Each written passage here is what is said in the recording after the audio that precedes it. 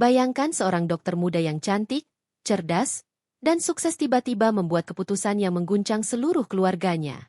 Ia memilih menikah dengan tukang ojek pangkalan. Semua orang menertawakannya, mencemooh pilihannya. Tapi di balik semua itu, ada sesuatu yang tidak mereka tahu. Kalau kamu penasaran dengan kisah penuh air mata, perjuangan, dan kejutan tak terduga ini, jangan lupa untuk like, subscribe, dan tuliskan pendapatmu di kolom komentar. Karena satu komentar darimu sangat berarti untuk kami. Gara-gara nikahi tukang ojek, dokter muda ini dipermalukan, tapi siapa sangka, suaminya menyimpan rahasia yang mengubah segalanya. Namaku Citra, 27 tahun, dokter umum yang baru selesai internship di sebuah rumah sakit besar di Jakarta. Dari kecil, aku ingin jadi dokter, bukan demi gengsi, tapi supaya bisa nolong orang yang gak mampu. Aku lahir di keluarga berada. Ayah pengusaha properti, ibu dosen hukum, tegas, disiplin, penuh aturan. Hidupku rapi, teratur, sampai aku bertemu dia. Namanya Damar, 33 tahun, tukang ojek pangkalan di dekat rumah sakit. Kulitnya sawo matang, pakaiannya selalu sederhana, tapi senyumnya sopan. Awalnya, setiap kali dia menyapa, aku pura-pura tak dengar. Buat apa? Kupikir sama saja seperti lelaki yang suka menggoda. Tapi Damar beda. Dia nggak memaksa, nggak berlebihan, cuma menyapa dan melanjutkan harinya. Suatu malam, ponselku mati. Mobil daring penuh. Aku berdiri gelisah di tepi jalan, lapar, lelah, dan langit makin gelap. Damar mendekat. Mau saya antar, Bu Dokter? Aku ragu, tapi akhirnya naik. Perjalanan singkat itu berubah jadi ingatan panjang. Besok-besoknya, aku mulai memperhatikannya. Dia bantu ibu-ibu menyeberang, disayang anak-anak, satpam rumah sakit pun hormat padanya. Kadang dia beliin aku teh botol saat wajahku pucat. Kadang aku bawain dia nasi bungkus saat jam makannya kelewat. Obrolan kami mengalir, ringan, tulus. Tapi aku tahu, keluargaku tidak akan pernah menerima Damar. Aku anak sulung, dokter, lulusan kampus ternama. Dia, tukang ojek pangkalan. Latar belakang kami bagai langit dan aspal jalan. Sampai akhirnya, aku memutuskan mengenalkan Damar ke keluargaku. Hari itu, ruang tamu rumahku akan jadi saksi. Apakah kebahagiaan boleh sederhana, atau harus berlabel dan berharga mahal? Tatapan ibuku mengiris dari ujung rambut hingga alas sandal Damar. Pekerjaanmu? Tanyanya. Tukang ojek, Bu, jawabnya. Lalu ibuku tersenyum, dingin. Dan dari senyum itulah badai dimulai. Suasana kaku. Ayah menatap tajam. Ibuku menimbang setiap gerak Damar. Dan kamu pikir pantas menikahi anakku? Ibu menahan tawa, tawa yang terdengar seperti ejekan. Damar menatap lurus. Kalau saya tidak pantas, saya akan berusaha sampai pantas, Bu. Untuk pertama kalinya, ada yang menjawab ibuku setenang itu. Sejak pertemuan itu, aku diasingkan. Ibu memblokir nomorku. Ayah berhenti mengangkat telepon. Adikku menyindir di media sosial, ada orang pintar memilih hidup bodoh. Sakit? Iya. Tapi aku memilih Damar. Kami menikah sederhana. Akad di masjid kecil, saksi tetangga, tak ada bunga, tak ada foto keluarga.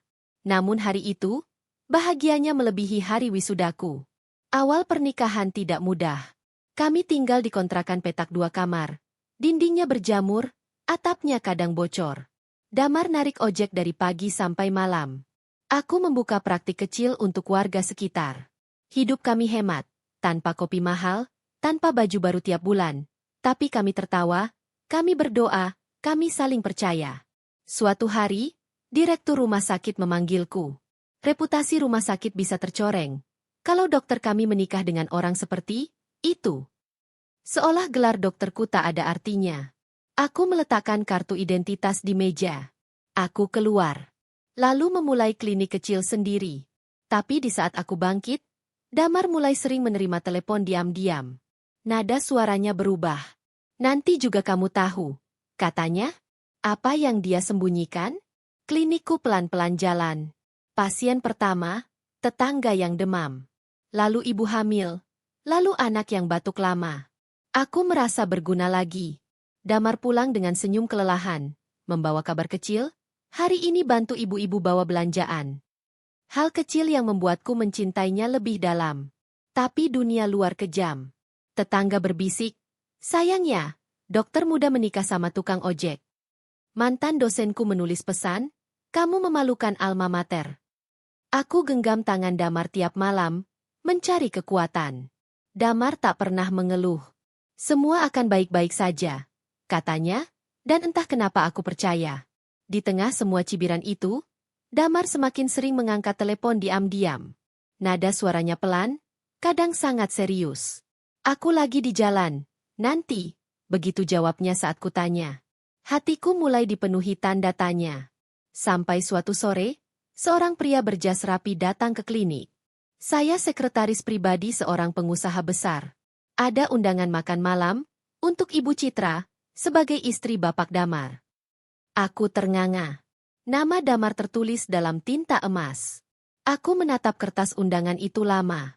Datang saja, nanti kamu akan tahu, kata Damar. Malam itu aku mengenakan blazer sederhana, rok panjang, dan bibir yang gemetar. Di Hotel Bintang 5, pintu ruang VIP perlahan terbuka. Suamiku tukang ojek. Tapi kenapa namanya diperlakukan seperti bangsawan? Restoran mewah, lampu kristal, aroma mahal. Para tamu di ruang VIP berdiri saat aku masuk. Bukan karena hormat, tapi karena kaget. Jadi ini istri Damar? Bisik seseorang, setengah menahan tawa. Ada 5 pria berjas dan 1 perempuan elegan. Mereka mengukurku dengan tatapan. Aku duduk, jantungku berpacu. Perempuan paruh baya memperkenalkan diri. Aku ibunya Rama, teman lama keluarga Damar. Nada suaranya halus, tapi tajam.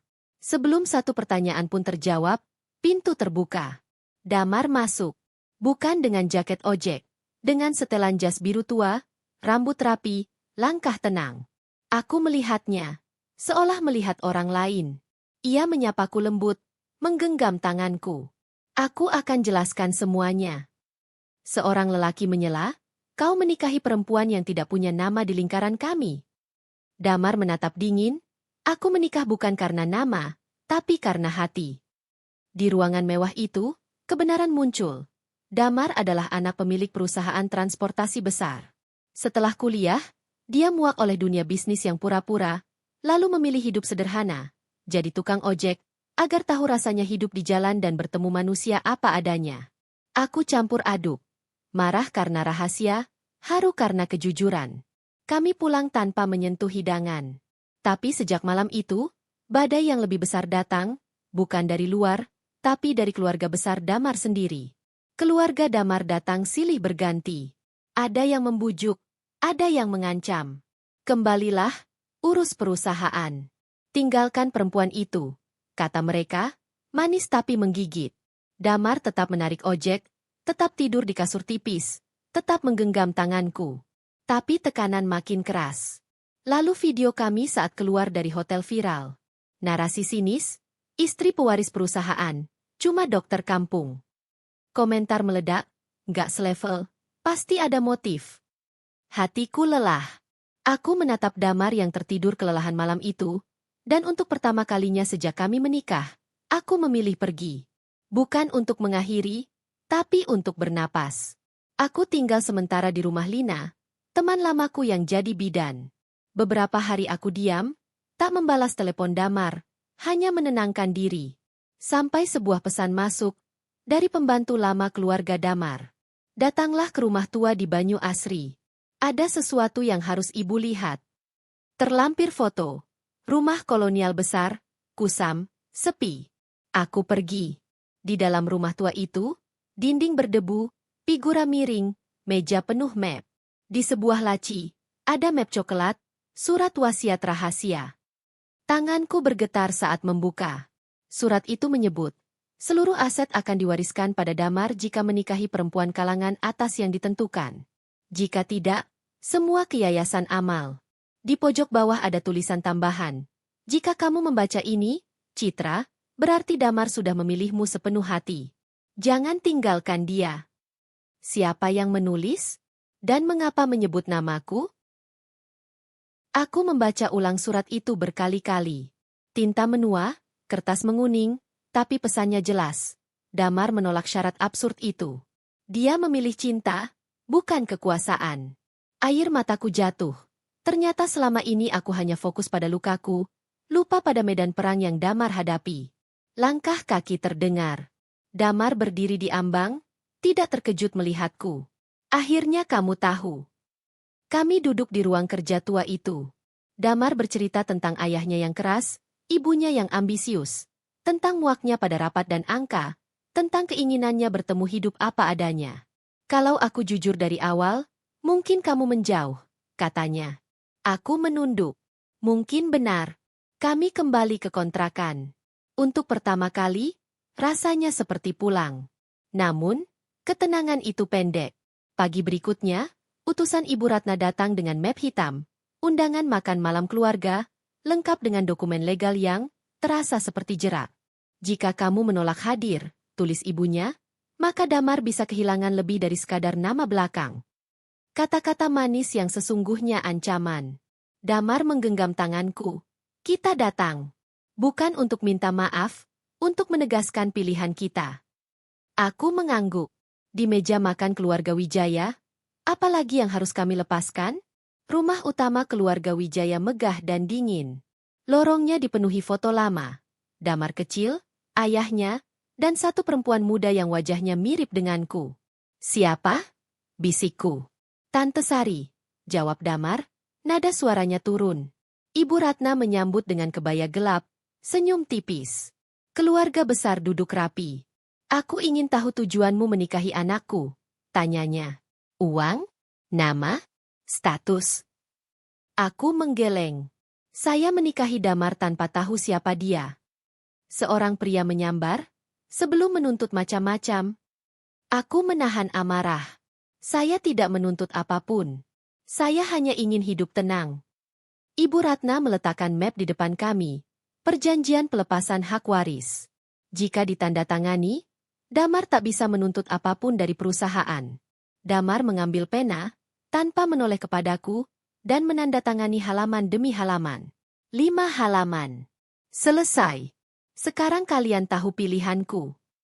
Ibu Ratna mengambil bingkai foto, perempuan bernama Sari. Dia dulu seperti kamu, sederhana. Menikah dengan keluarga ini, lalu hancur. Ia tidak tahan. Ruangan membeku. Damar menunduk. Aku ingat malam terakhirnya. Aku berdiri, suaraku bergetar tapi tegas. Saya bukan Sari. Saya tidak akan pergi. Untuk pertama kali, mata Ibu Ratna tidak mengejek, hanya lelah. Kami pulang tanpa kata. Tapi esok pagi, Damar berkata, ada satu hal terakhir tentang aku yang harus kamu tahu. Pagi itu hening. Damar duduk di tepi ranjang, bahunya berat. Namaku bukan hanya Damar Wijaya. Di semua dokumen, namaku Damar Setiawan Putra. Aku mengganti nama remaja dulu. Aku mengernyit. Kenapa? Karena saat ayah meninggal, aku tahu siapa pengatur semua kontrak dan syarat warisan itu. Bukan ayah, tapi Paman Suryo, suami Tante Sari. Udara bagai berhenti. Orang yang mengaku dihancurkan keluarga ini, justru dalam keretakan. Damar menghela napas. Paman Suryo meninggal 3 hari lalu. Sebelum itu, dia mengirimkan kotak ini. Di dalamnya, dokumen asli warisan dan surat tulisan tangan Tante Sari. Tinta lusuh, kata-kata tajam, jangan korbankan kebahagiaan demi nama besar. Jika yang membaca ini keponakanku, Damar, bangun hidupmu sendiri, cintai istrimu seutuhnya. Aku memeluk Damar. Ternyata ia bukan hanya berjuang untukku, tapi juga memutus mata rantai luka di keluarganya. Kutukan bukan berupa mantra, melainkan tekanan dan ambisi yang turun-temurun. Beberapa hari berlalu. Klinikku kembali ramai. Lalu sebuah mobil mewah berhenti di depan kontrakan. Ibu Ratna turun, berdiri di pagar. Aku kehilangan suamiku, adik iparku, dan hampir kehilangan anakku. Jangan sampai cucuku kelak kehilangan ayahnya, karena kesombongan neneknya. Ketika keras kepala bertemu kasih sayang, siapa yang lebih dulu mengalah? Ibu Ratna menyerahkan amplop, lalu pergi. Malamnya, Kami membukanya bersama. Isinya, surat pengalihan 15% saham untuk anak kami kelak. Tanpa syarat, tanpa kontrak. Hanya perlu tanda tangan penerimaan. Aku menatap Damar. Kamu mau tanda tangan? Ia menggeleng. Aku ingin anak kita tumbuh dari kerja keras, bukan warisan. Tapi kalau kamu ingin, aku tak akan melarang. Aku tersenyum tipis. Kita simpan. Biar nanti dia yang memilih. Untuk pertama kalinya, aku melihat ibunya Damar bukan sebagai lawan, tapi sebagai seorang ibu yang takut kehilangan. Di balik kebaya rapi dan tatapan tajam, ada perempuan lelah yang ingin memutus lingkaran luka.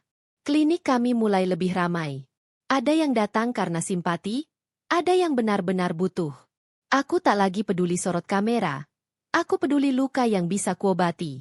Damar tetap menarik ojek, menyapa semua orang, memperbaiki pagar tetangga yang rusak, mengantar anak kecil ke puskesmas. Hidup kami tak mewah, tapi rasanya penuh. Suatu malam, notaris keluarga menghubungi. Ada pembacaan dokumen terakhir dari almarhum Paman Suryo. Di sana tertulis pengakuan, ia mengubah syarat warisan agar bisa mengendalikan keluarga. Ia meminta maaf, terlambat, tapi nyata. Kabar itu sampai ke telinga Ibu Ratna. Esoknya, ia berdiri lagi di depan kontrakan. Citra, maukah kamu menemaniku ke Pusarasari? Aku menatap Damar. Mungkin inilah saatnya menyembuhkan yang lama membiru. Kami bertiga pergi ke Pusarasari. Angin sore lembut, langit rendah. Ibu Ratna duduk lama di tanah, suaranya lirih. Maafkan aku, Sari. Aku terlalu sibuk menjaga nama, sampai lupa menjaga hati. Air mata yang selama ini ditahan, akhirnya jatuh. Di perjalanan pulang, kami tidak bicara banyak.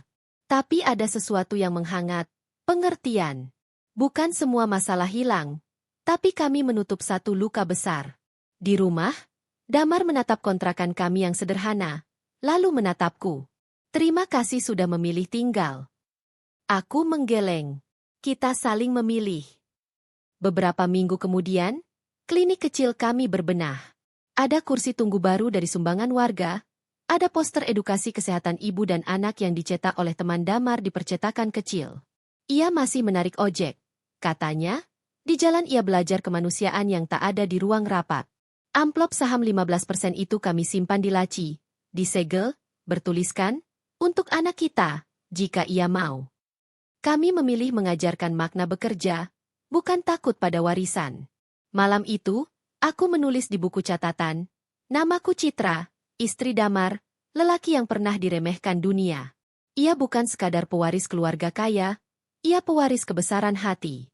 Ia memilih cinta dan kebebasan daripada harta dan status. Dan di pilihan itulah, aku menemukan rumah. Kalau kamu percaya bahwa cinta bisa memutus lingkaran luka, tekan like, subscribe, dan tulis pendapatmu di komentar. Satu dukunganmu berarti untuk kami, dan untuk cerita-cerita sederhana yang ingin tetap jujur.